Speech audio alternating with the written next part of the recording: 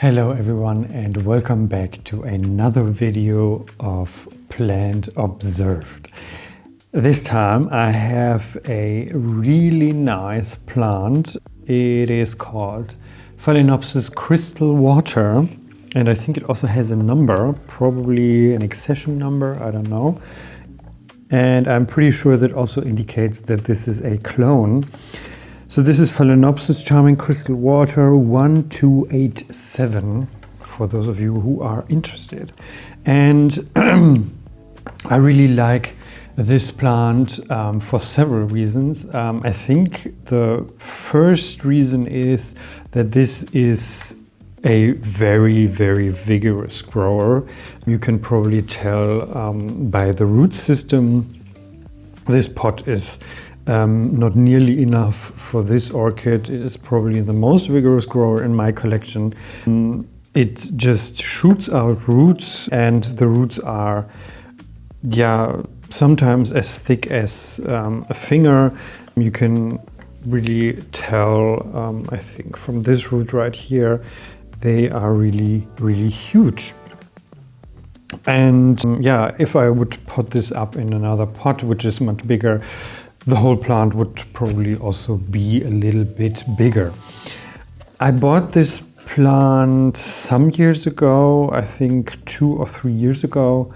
Maybe I have to put dates on the name tags, because I don't remember that much. I bought this plant because I always wanted a Phalaenopsis plant that is purely white. And I think you can tell from these flowers, they are almost perfectly white. You can see some specks of pink and little hues of, maybe cream. I wouldn't say yellow. Hopefully you can tell from the close-ups, it is nearly perfectly white. And the other reason why I really like this orchid is because it is peloric. It almost looks perfectly symmetrical. You can really tell from the former lip, it almost looks like a little mustache. And it's really interesting. These flowers are just impeccable. They look amazing. You could almost say this orchid is overbred because it has so many Phalaenopsis in its parentage. But that probably led to this really vigorous growth. And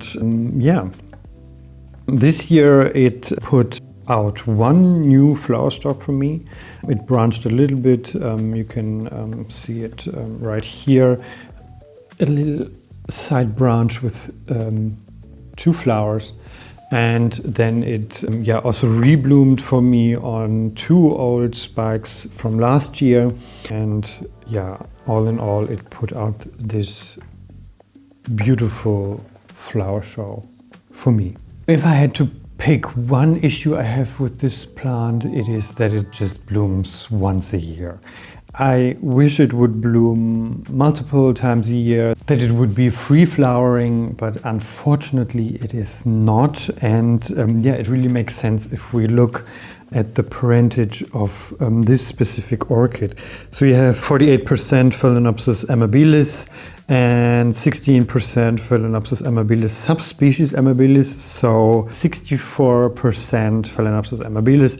And Phalaenopsis amabilis is not free flowering. It really needs those cold temperatures at night as a flowering clue to really develop those flower stalks.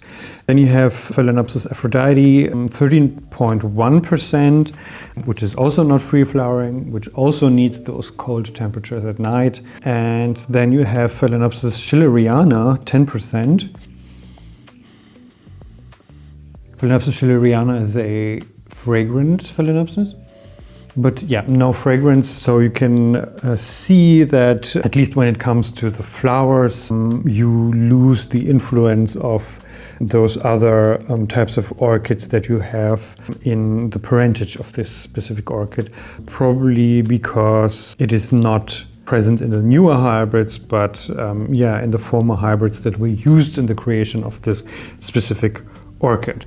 So yeah, this is basically the only issue I have with this orchid. Other than that, yeah, it really grows nicely, can take a little bit more light. You can see the leaves get a little bit reddish, but that's it. It is not immensely stressed. And yeah, the more light and the more nutrients it gets, the better the flowers, and the more flowers you get. It can take quite a bit of drought, although the flowers won't be as numerous as in the years where you treated it really well. And you can probably tell I didn't water it that well because, yeah, it's just overgrow this pot and put just one flower stalk out this year and some reflowering of old flower stalks, whereas it grew 2 flower stalks last year.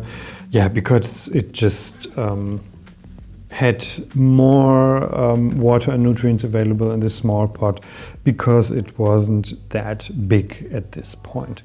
But yeah, no problems with root rot, which is really nice in orchids. I don't like those finicky orchids that you cannot water too much and that, yeah, respond with root rot quite immediately. And this orchid is also in a glass pot, also from IKEA. And I really like them, also no holes, because I always fill the pots up with nutrient solution. I use deionized water and add some nutrients, so I get yeah, electrical conductivity of 350 microsiemens, and yeah, my orchids seem to really like this treatment. And I always yeah, fill up the pots to the brim, and then I let it sit for 24 hours, and then I remove all the solution. And yeah, this gives me the advantage that the orchid roots really soak up a lot of water and nutrients, and also the sphagnum moss that the orchids sit in. And by filling up the whole pot, there is no chance of salt or nutrient deposits in the pot because you flush it out every time.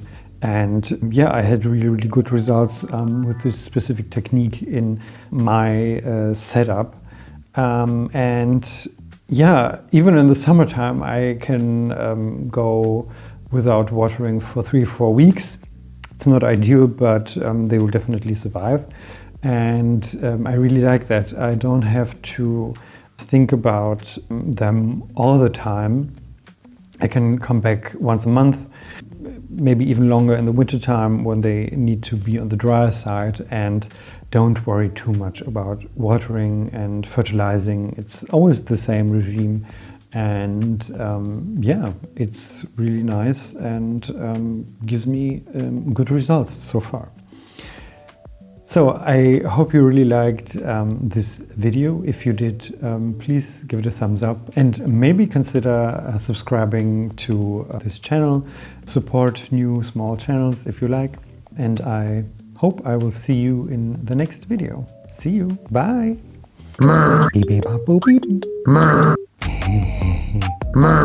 Schnurrbart in Englisch. Echo, was ist Schnurrbart in Englisch? Oh, I just saw lips.